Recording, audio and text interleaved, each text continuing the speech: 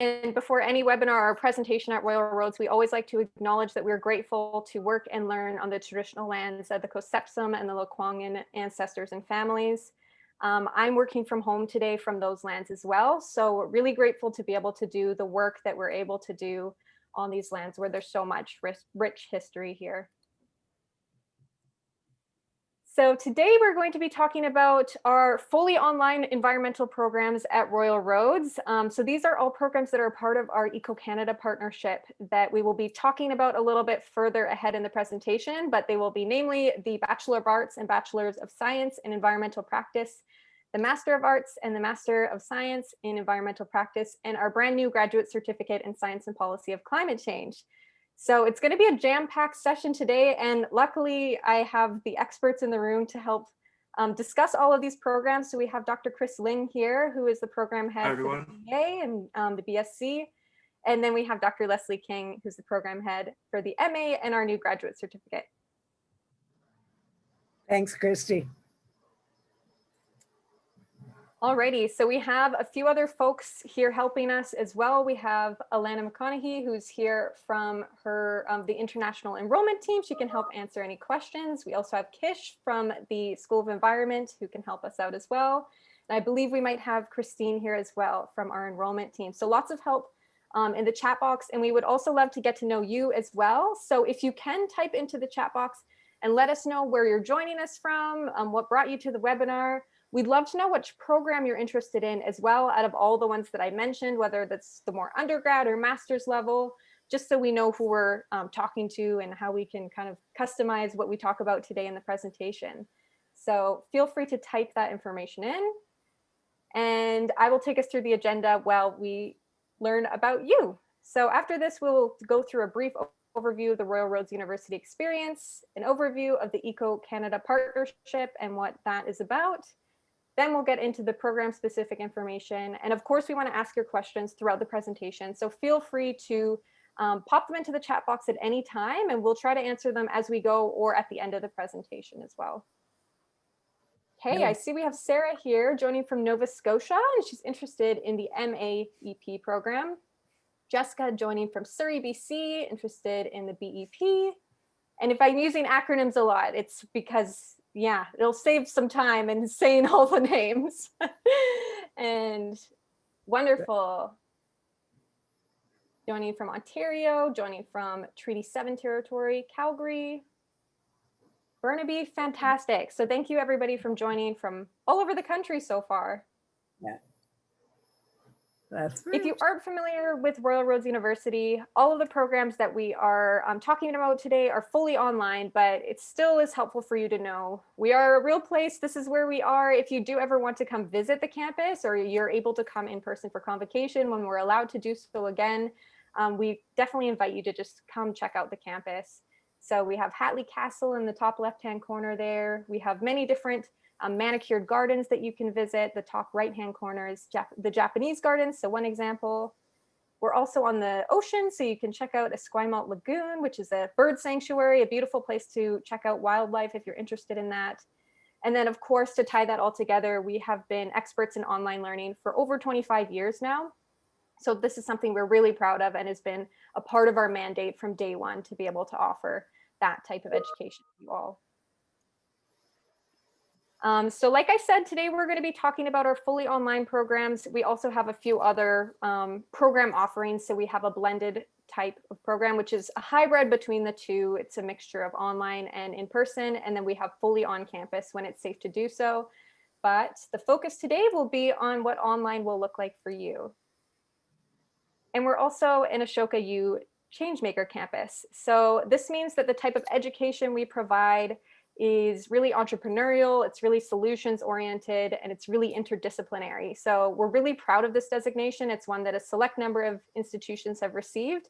And I think it really speaks to the type of education that we provide at Royal Roads. And with that, I'm going to pass it off to Leslie to talk a little bit about this Eco-Canada partnership that we do have. Excellent. Thank you very much, Christy. And thanks to all of you for joining us today. What a great diversity of people we have on the call, which is always wonderful and reflects the diversity of people we have in these environmental practice programs. As Christy said, one of the unique aspects of these environmental practice programs is that we offer them in partnership with EcoCanada. EcoCanada provides the environmental professional designation and the environmental professional in training designation. So it's really useful for us to have this partnership because it benefits our students. So EcoCanada is the sector organization for the environmental sector in Canada. And so as a result, they do research and look into, could I have the next slide, please?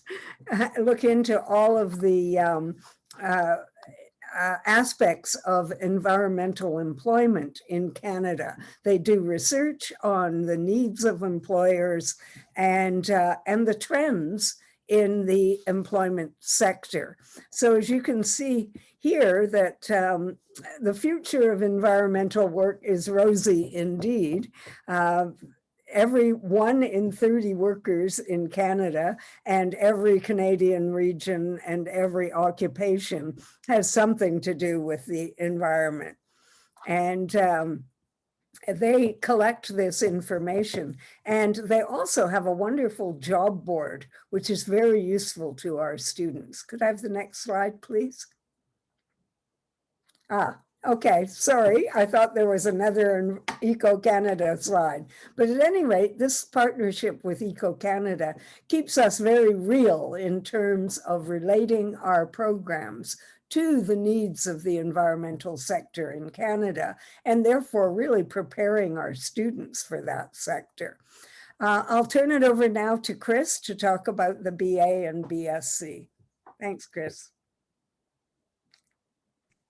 Thanks, Leslie, and yes, welcome everybody. And I noticed as people were introducing themselves on the chat, there are a few of you who are specifically interested in the bachelor's level programs that we have. So I'm delighted to be able to talk to you about them now. And as Leslie has introduced EcoCanada, I want to sort of build on that really, and that's that the core courses that we include in our BA and BSc environmental practice programs are very much aligned with the skill sets that EcoCanada has identified as being critical for environmental professionals into the future. And the intent of the program, therefore, is to equip future environmental professionals with those skills as they move from move into or move up in their environmental career. Can we have the next slide, please, Christy? Thanks. So who do we have in the BEP program? Well, we have a mixture of people. We have some people that are already working in the environmental field. They maybe have a college diploma or a technical certificate of some description, but want to advance their career and have found that they're meeting a ceiling without having the full undergraduate degree under their belt. We also have a lot of people who haven't been working in the environmental field up to this point, but wish to move in that direction in their career. And this is a good way of doing that without having to start at square one with a 4-year undergraduate degree. Because the BEP is a completion program, which means your first 2 years that you may have done either getting a diploma or a certificate or just 2 years of undergraduate work will count towards this degree. And then people who are interested in the increasing opportunities involved in leadership and management within various sectors that are directly relevant to environmental or the green designation that we're increasingly seeing job growth in. And people who already have a full undergraduate degree, but want to, again, move into the environmental field. Could we have the next slide, please, Christy? Okay, so we have either a Bachelor of Arts or a Bachelor of Science pathway, and whether you choose one or the other will depend in part on what you want to do in the program and in part on what you have done previously. So we have a fairly liberal admissions policy in terms of subject area. Pretty much any 60 credits of study can qualify you for one or other of the Bachelor of Arts or the Bachelor of Science. And if you wish to do the BSc, then 18 credits of that 60 credits must be science, of which half at the second year level. So it's partly based on what you've been doing in your past, but also partly what you want to get out of the program at the end. And it's a very flexible program in that not only do we have a comprehensive suite of courses available at Royal Roads, you can also take a long list of designated courses from universities across Canada, which will enable you to pursue the things that are most relevant to your goals and your career goals and your interests. And then you complete the program with either a practicum or a research paper to sort of act as a capstone to tie all those different courses that you've taken up to that point together in a final piece of substantive work.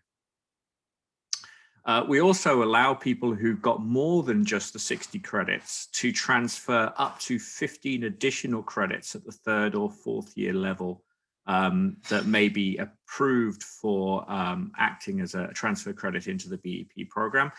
Those credits do have to be, however, relevant to the program itself. So whereas the 60 credits you need to come into the program at the start are very broad in what they can be, if you wish to transfer additional 15 credits at third or fourth year level, that does need to be relevant learning for the Bachelor of Environmental Practice designation.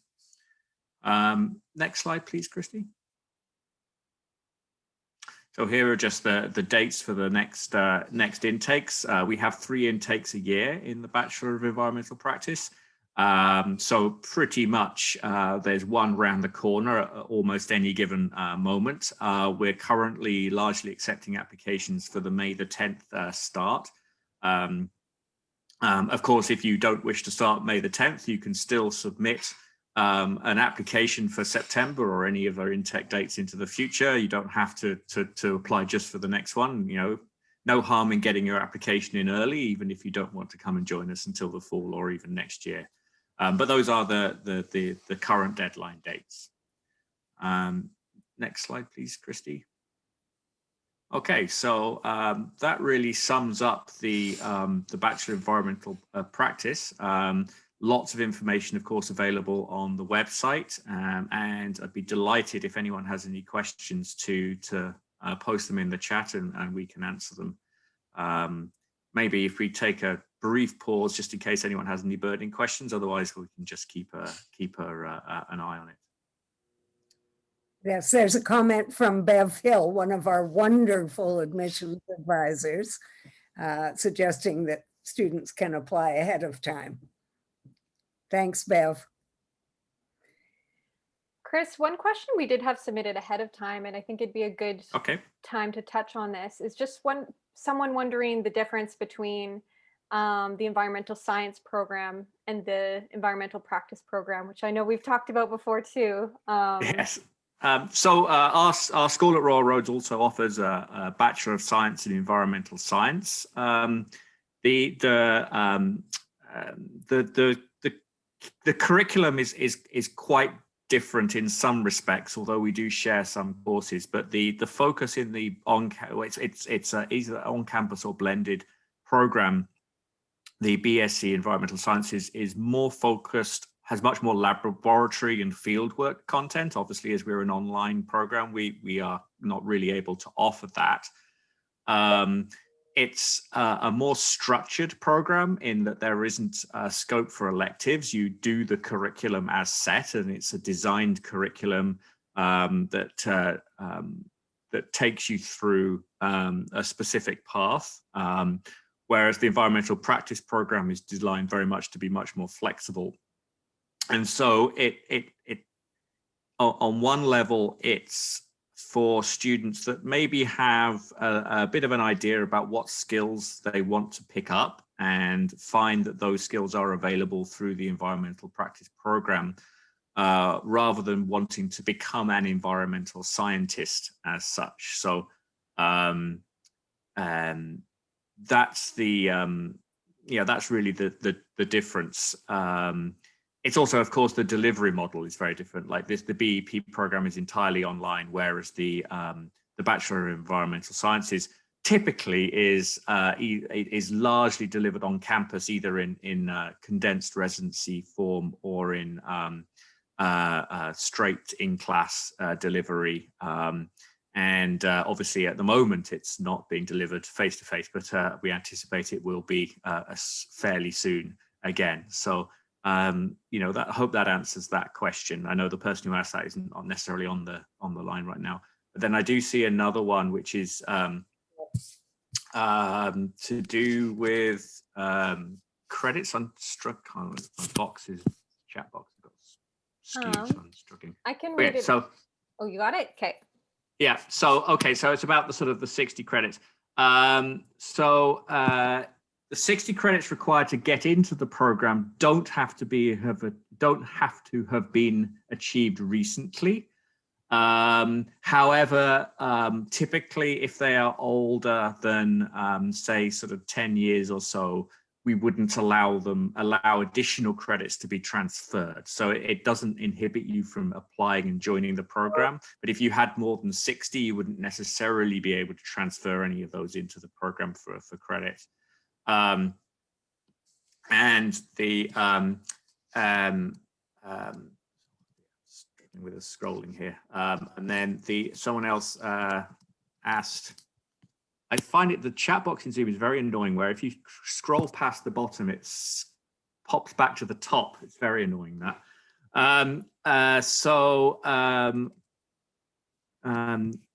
No, you don't have to. In terms of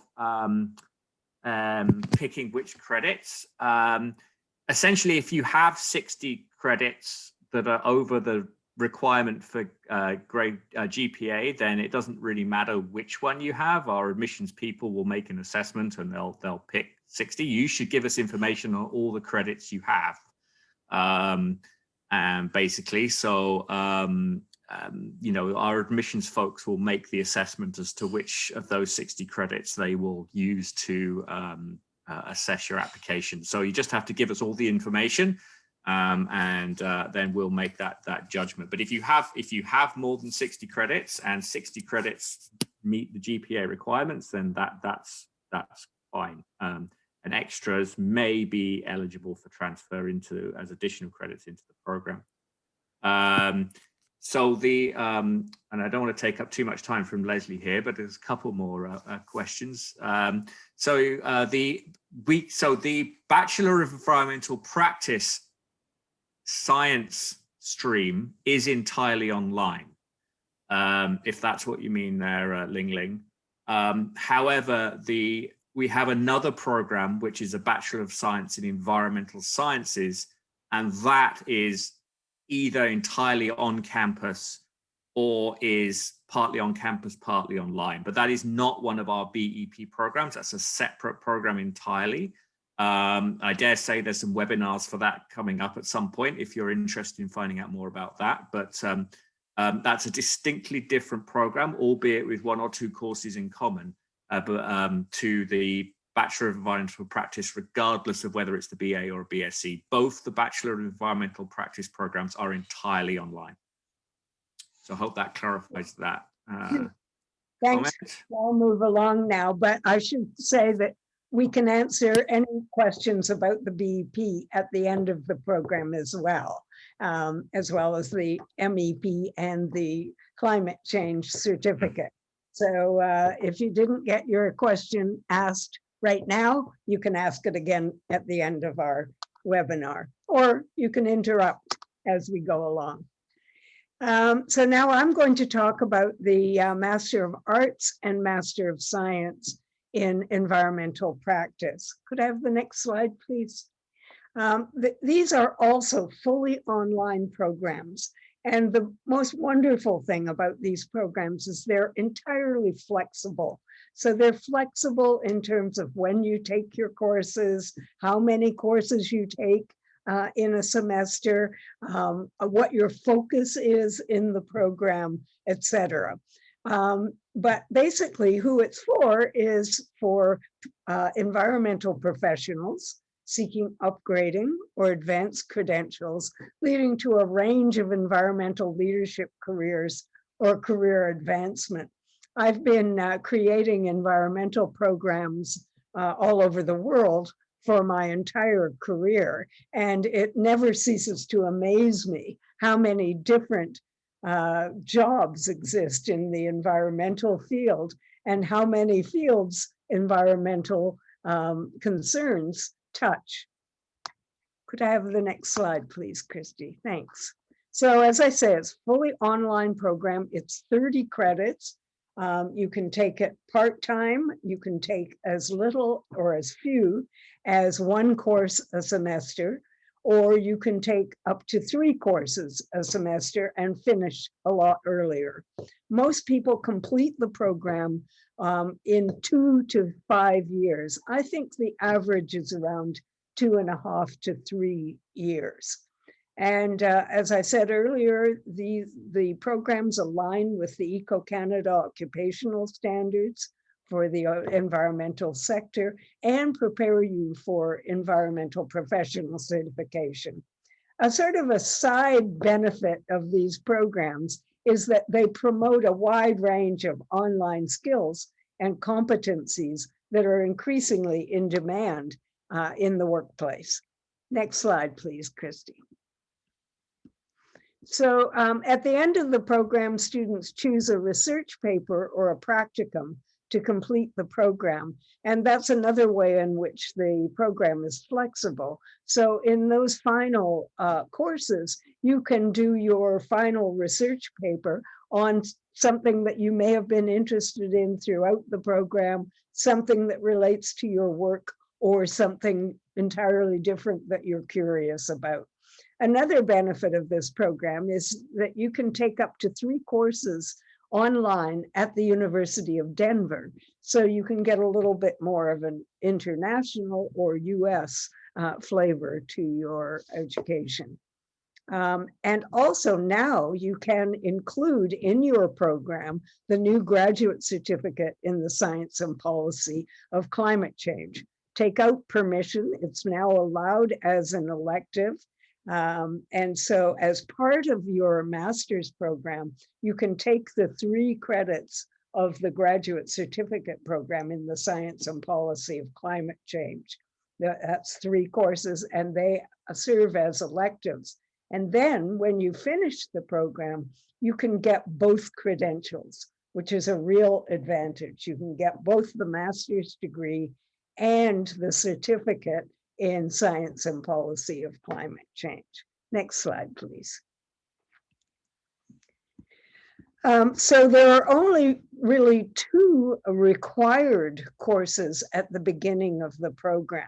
And then you can start taking electives, either your Master of Arts or your Master of Science electives. If you're taking the Denver courses, you submit a letter of permission and register at the University of Denver. And then a transcript is transferred and credits are transferred into the MEP program. Next slide, please. These are our next intake dates for the MEP. Our next cohort is starting in September, and then there is an entry both in every September and every January. So you can apply for either of those. Next slide, please.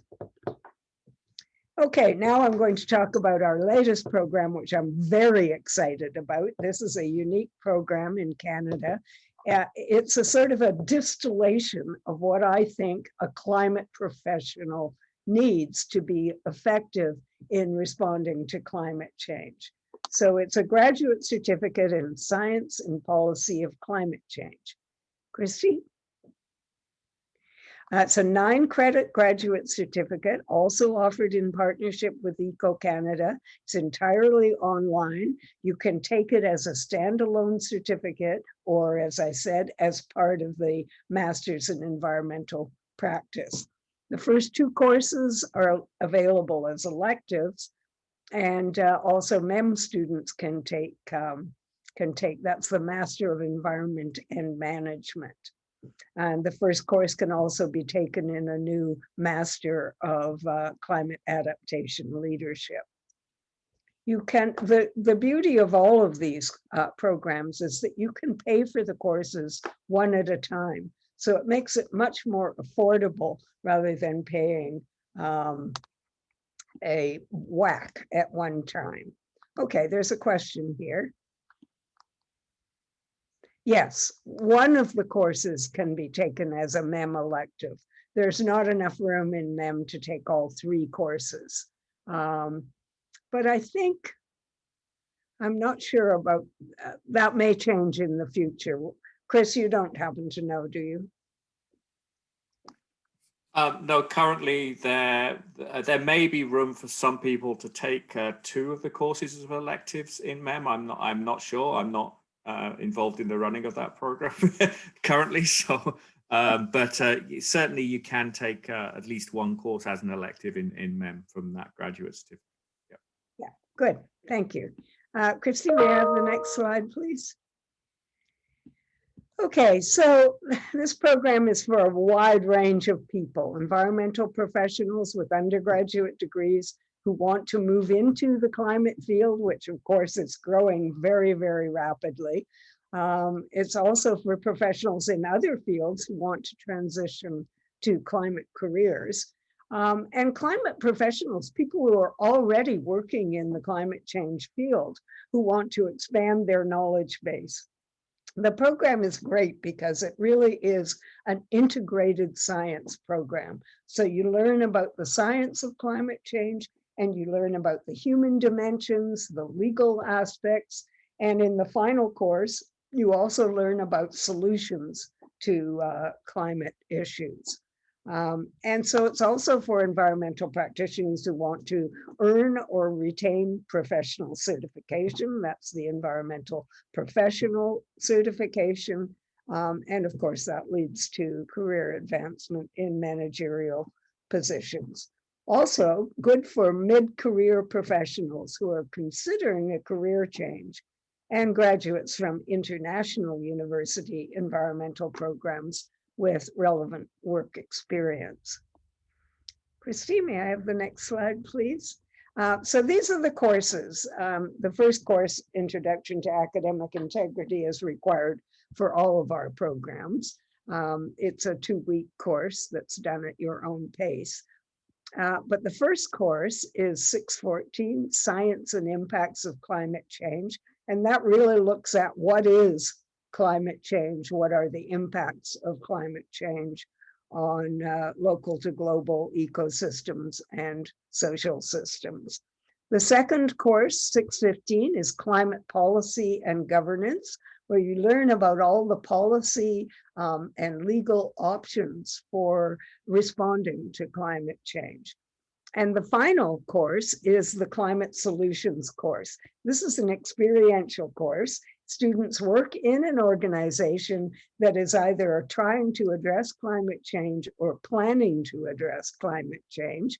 They can work with a community, with a local government, or a First Nation to implement climate solutions. And that will start this June. So the first course is coming to a close now. It's been wildly successful.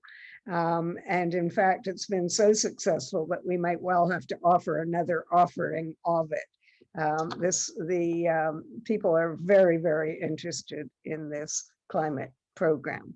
Christy?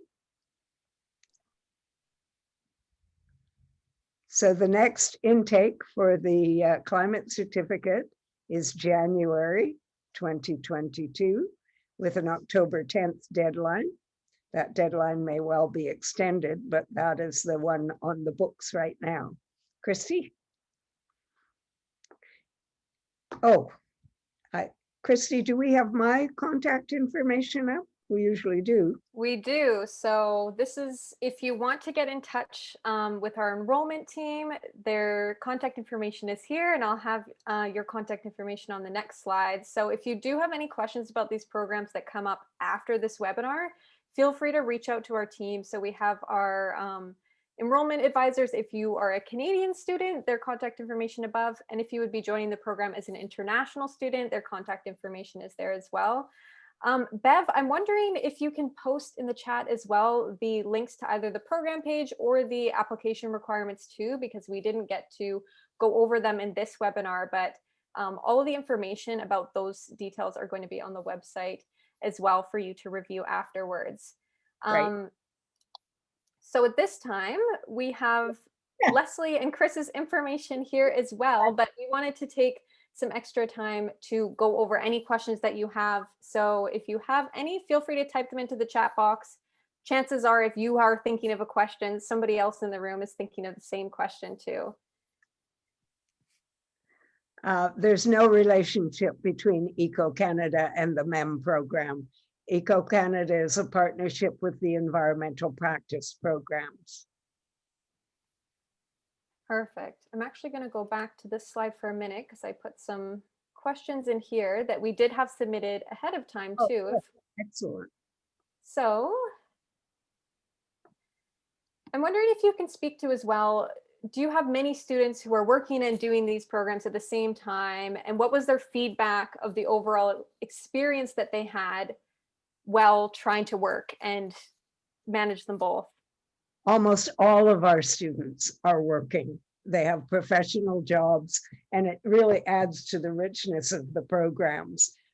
They're designed to accommodate the schedules of working professionals.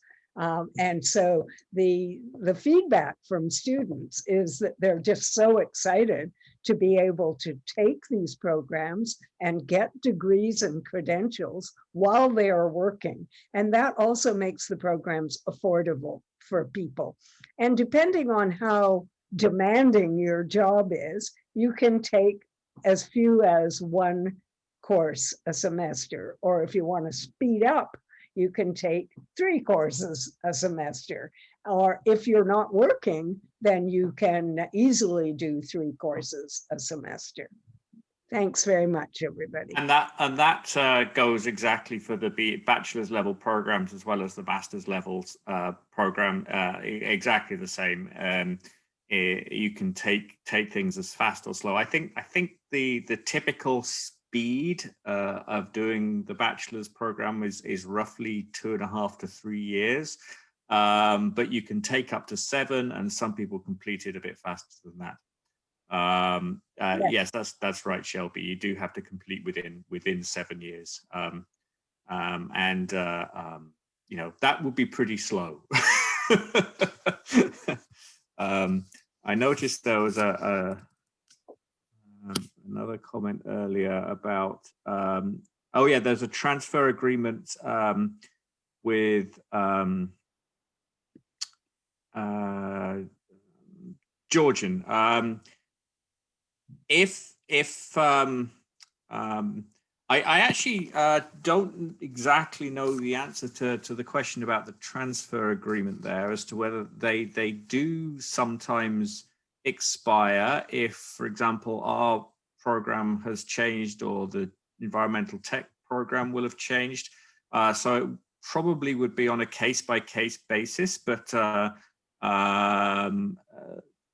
if you have that, then there is, and you've got the necessary GPA, then even if the transfer agreement is no longer valid, there's no reason to think that would in any way impede your access to the BEP program, Ling. So, you know, if you have your environmental tech qualification from Georgian and you have the requisite 60 credits and the requisite GPA, then you would be admissible to the BEP program. Where it might change is if there was I don't know the details of that transfer agreement, but if there was a written into that some transfer credits possible to offset 3rd or 4th year, then that might be affected. But I don't have the details of that in front of me, so I don't know for sure. We actually have Mark Dickinson in the room too, who's our pathways coordinator. So he might be able to add some extra info in the chat too, if there's I think any. he might. I'm busy typing. Okay, I was Yeah. gonna say. It's coming. Great. We have a number of questions about the difference among the programs in the School of Environment and Sustainability. There are basically 3 different graduate programs in the School of Environment and Sustainability. And Chris has already talked about the 2 major undergraduate programs in the school. But the graduate programs are the MA in Environmental Education and Communication and the Masters in Environment and Management, as well as the Masters in Environmental Practice. Both of those other programs are blended. So in normal times, non-pandemic times, that means that these courses have 3 residencies throughout the course of the program, where students come to campus and take intensive courses over 2 or 3 weeks as part of the residency. And then the rest of their courses are online. So that's what we call blended programs. The MA in Environmental Education and Communication is exactly as it sounds. It's for educators in both the formal and informal sector of environment, and people who want to learn about how to better teach environmental issues, raise awareness about environmental issues, and communicate to the public about the environment. The Masters of Environment and Management, Chris Ling was the program head for that program, so I'll let him talk about it. Yeah, I mean, the Masters of Environment and Management program is again, it's a designed program, so there's very little, there's a little bit of scope for elective courses, but fundamentally it's a designed program to it focuses on aspects of systems thinking and management and sustainability. And obviously the courses that are in that are available to look at on the website.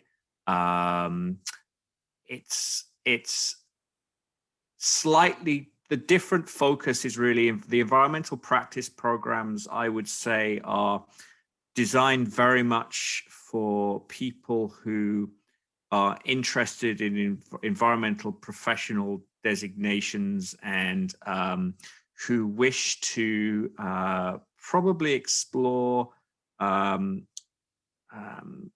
more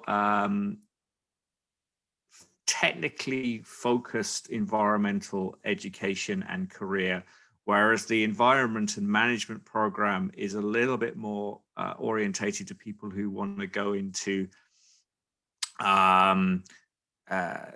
sort of policy or roles in which they are wanting a more sort of holistic perspective on the environment. That's not to say that the environmental practice program sort of delivers that in some respect, but it's because it's not such a designed program as a whole. It's more about picking up specific skills depending on your needs. So I don't know if that was a very good explanation, but and the delivery model is obviously a key part of that as well. It's a much less flexible and a much more structured program than the EP programs. Yeah, the thing about the Masters in Environmental Practice is people can take it from anywhere in the country because it is totally online and it's so flexible, whereas the other programs are not flexible because they are, as Chris says, designed. We have a question here about the experiential component of the climate certificate. Is it organized by RRU or each student should search for it? Each student is responsible for their placement, for finding an organization that they will work with and for finding a supervisor within that organization. However, I teach that course and I help as much as possible. Some people do it with the organization they're already working for, but do a separate project. Others find an organization themselves. And I am starting a database of the organizations that students have worked for. Of course, this will be the first time this course is offered, so that database is non-existent at the time. But I know that the students who are going to be taking that course are already looking and coming up with some very interesting ideas. It's a volunteer position, so the organizations really get a lot of benefit from this. And so the experience is that the student learns about what that organization is doing to address climate change, but also helps that organization address climate change and related issues. So it's something that the organizations really benefit from and will welcome a student working in their organization. It's a minimum of 75 hours, so it's not a huge time commitment. You can, of course, do more if you like. I hope that answers your question. And the pretty much same answer would apply to the practicum course in the Bachelor of Environmental Practice as well. I mean, obviously a different subject and a different level of study, but nevertheless, the structure of it is basically the same. There's a question here about the courses at other schools in the BEP program. Jessica asks, does that mean you need to get a student number login and meet the admissions for each of the institutions? Yes. The whether or not you are able to take any individual course is up to the other institution. And you would need to meet their requirements for taking those courses as, as a standalone course outside a program. So that can vary from school to school. Our program office can sometimes sort of help you with those kind of processes. It's difficult to sort of categorically state what the implications of that are, because it does vary so much from course to course and school to school. And we try and keep up to date with what courses are available and what aren't, because they do come and go sometimes. But yes, you are responsible for gaining access to those courses outside of Royal Roads that you wish to take, and then transfer them into the BEP program. Okay, there's a question. Thanks, Chris. There's a question here about the MEM research project. I think we're talking about the MEP, the Masters in Environmental Practice, which is only worth 6 credits. The MEM thesis is worth 12, right? Yes, 12 credits. But that's the MEM program. I will be putting forward a revision to the MEP program that will include a thesis. But at the moment, there is just the 6 credit. Yeah, that's right. Thanks, Laura. At the moment, it's just the 6 credit research paper as part of MEP. You can do it pretty much in depth. Many of my students do very thesis-like research papers. I sometimes wish they could get more credit for them, but they don't. But still, it has its own rewards. They find it very satisfying to do a sustained piece of work. But the program was really designed for professionals rather than people who are going on in academia. So that's why it's a 6 credit rather than a 12 credit. Just to follow up with the conversation we were having earlier about the transfer agreement from Georgia, and Mark's answered the sort of the most pertinent aspects of that. But Ling, you made a point that there used to be an option for a 1-year in-campus program to obtain the degree. That's probably still the case, I would suspect. Mark maybe can double check that, but you're talking about the Bachelor of Science in Environmental Science there, which is a one-year on-campus program. So I suspect that's the one you're referring to, which is the one I was talking about earlier. It's the design program on campus, face-to-face, much more laboratory and field work included in that. Just to clarify that's probably still part of the agreement. Christy, I wonder if you could let people know there will be webinars on both MEM and the environmental education and communication programs. So if you know when those are, it would be great to tell people. Thanks, Christy. Yeah, I don't think we have one, a date confirmed yet for the MEM program quite yet, but we do have one coming up next week for the Masters of Arts in Environmental Education and Communication. So I can send that out in the follow-up email, or if I could get either Bev or Mark, if you could find a link for that, that would actually be great if you could pop it into the chat box.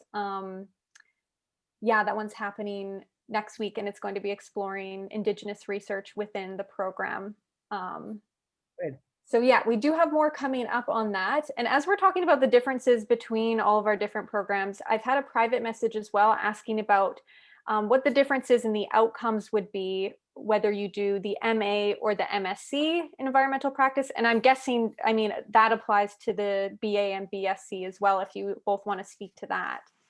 Yeah, I'll speak to that about the MA and then and MSc, and then Chris can speak about the other. These programs are not terribly different, which is why, in order to really fulfill the requirement for a degree, a credential in science, people coming into the program need to have a science background, because while they do have some more science-oriented electives, it's not a full science program. And so that's why we require the science background for coming in. The two streams, the MA and the MSc streams, take a lot of the same courses, but the electives are different for each one. And so they're more arts oriented or policy or legal oriented, human dimensions oriented for the arts stream, management oriented, and more scientifically oriented for the science stream.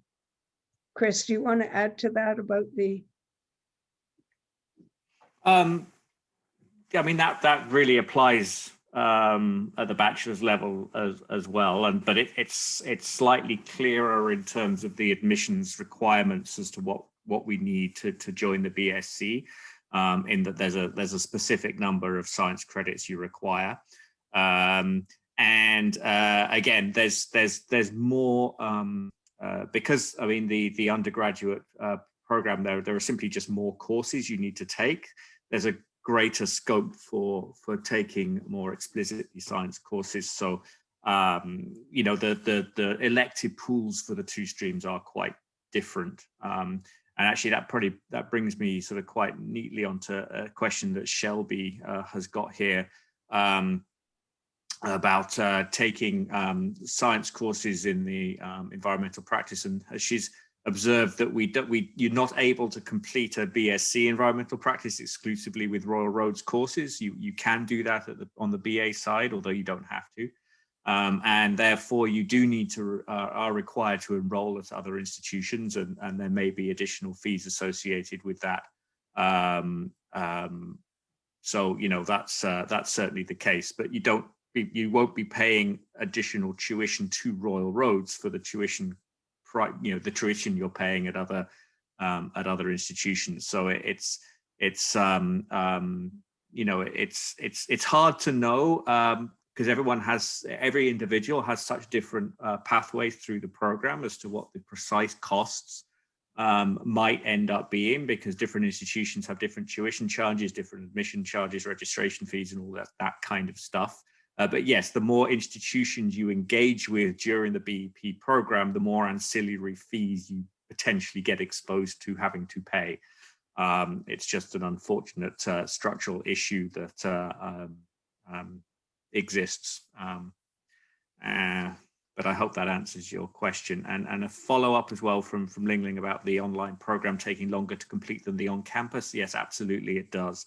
The on-campus program is an intensive 12 months of full-time study. The environmental practice program is designed for people who are working full-time. And so I don't even know if it would be possible to complete it in 1 year. I mean, it's designed for people taking 1, 2, or possibly even 3 courses at once in any given semester. And so if you're taking, if you're going at that speed, getting 60 credits of the full program, then I say most people take sort of sometime around 2.5 to 3 years or longer to complete it.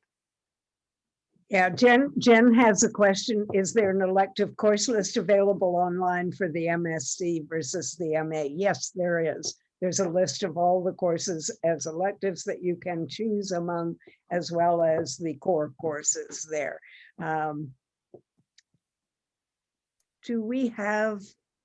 Did someone put in the website link? Yeah, Bev has, and she just popped in the link that goes right to the electives as well for the MA. So you can find that information as well. We did have a question too about what does it look like financial aid wise for scholarships and things like that. We do have an amazing financial aid team that can really look at these options with you. Bev, sorry to put you on the spot again, but if you were able to pop in as well the link for the financial aid website, that would be great. And I'm also, I didn't mention this, but I'm an alumni of Royal Roads as well. I took a different graduate certificate within the School of Environment. And I found the financial aid department to be so helpful and helped me navigating student loans and different options that I just wouldn't have known about. So it's definitely worth looking into because Royal Roads has a smaller student body than some other larger institutions. And it means you have a pretty good chance of getting some of these funding opportunities if you apply. So yeah, it doesn't hurt to try out those different avenues. Thank you, Bev. Yeah, that's everything. A question about the number of credits required to complete the BEP program. And the answer to that is if you include the 60 credits from your first and second year program, whatever that is, then you need a total of 120. So assuming you don't transfer any third or fourth year credits into the BEP, you'll be taking 60 credits with Royal Roads through the BEP program, or of course if you pick up electives from other institutions through them. So yes, it's a total degree requirement of 120, of which you will have already taken at least 60 in order to come into the program to start with. I hope that answers the question. It can get a little bit confusing because we do get all sorts of different permutations on there if people transferring up to 15 credits. So but that's the basic. Yeah, and you can transfer up to 15 in. Yeah. Credits at the third or fourth year level. Okay.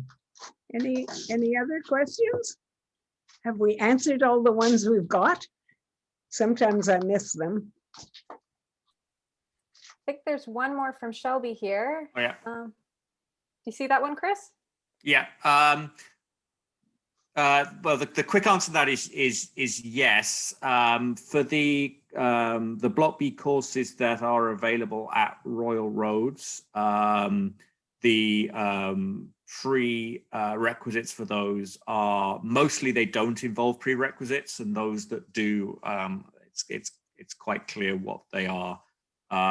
Externally, yes, it is your responsibility to determine if you're eligible for any individual courses. We had another question submitted ahead of time since I see there isn't any other ones yet. Somebody wondering, as we've been talking about kind of the whole scope of education you can get from the bachelor level to the master's, somebody has asked, what does it look like going beyond that? Whether you going to the doctorate level, getting more into the research side of things, what could that journey look like next? Sure. Obviously, as far as we go in the environmental practice programs are the master's level, but Royal Roads does have a wonderful applied social science doctoral program that is a very interesting program and much more applied than most doctoral programs. So it tends to be appealing to the environmental practice students. But you can, of course, also go on to other PhD programs across the country, and many of our students do. I like to say that if you know that you're going on to a doctoral program, it's often a good idea to take the thesis route in the MEM program. However, many of my students have gone on to PhD program, not many, but some have gone on to PhD programs after doing a research paper in the MEP program. But there are an increasing number of interdisciplinary PhD programs. It used to be that you were at a real disadvantage if you had an interdisciplinary master's program. But in the environmental field, an interdisciplinary program is really the best training for addressing environmental problems, which themselves are multidimensional. So increasingly, universities across Canada are taking students who have an interdisciplinary background, who might not have the traditional, very narrow thesis route towards a PhD program. I hope I've answered that question. I think it is worth restating perhaps your initial point there, Leslie, is that the MEP program is not designed for people with an academic career in mind. It's designed for people with an environmental professional career in mind. So, exactly that, if you know you want to go and pursue, PhD or doctorate level studies, then as Leslie did say, it's probably not the best choice for that pathway. But it doesn't mean you can't. Quite right. Perfect. And I see Ling Ling has one more question that I imagine you're typing in right now. So we have 2 more minutes. If anybody else has any questions. See one from Danielle here, question about admissions. Not sure if you're able to speak to this, but I'm in the middle of applying for a couple programs. And I noticed that the personal statement asked to mention thesis ideas, sponsors, or research project ideas. My question is, how important is this to mention? What if she's not sure yet? Leslie, do you have any insights on that? Yeah, we put a lot of weight on the personal statement. I'm not sure that you need to mention thesis ideas, sponsors, or research project ideas, but if you have them, by all means, it's really helpful for us to know what you're hoping for out of the program and what you're hoping to do in the program. And as I say, we really place a lot of importance on those because we're trying to judge to what extent this program is appropriate for you and is going to benefit you. So, I just mention whatever you can as specifically as you can in that personal statement. And then Ling Ling's final question is, what is the shortest time frame to complete the program? Oh, that's a good question. It slightly depends when you start because the final capstone course runs just once a year, whereas there's 3 intakes a year. So the timing of the intake relative to the final capstone is really what determines the shortest time frame that you can complete. But if you if you are sort of maximizing the number of courses you can take and the timing of electives that you want to take work out for you, and the capstone is timed nicely, you can probably complete it in 2 years. But again, that very much depends on whether you're just taking as many courses as you can as quickly as you can, or whether you're more kind of customizing the program and taking specific electives which tend only to be available once a year, for example. So but you can just about do it in 2 years if you really sort of put your mind to it. As I say, the average is 2.5 to 3.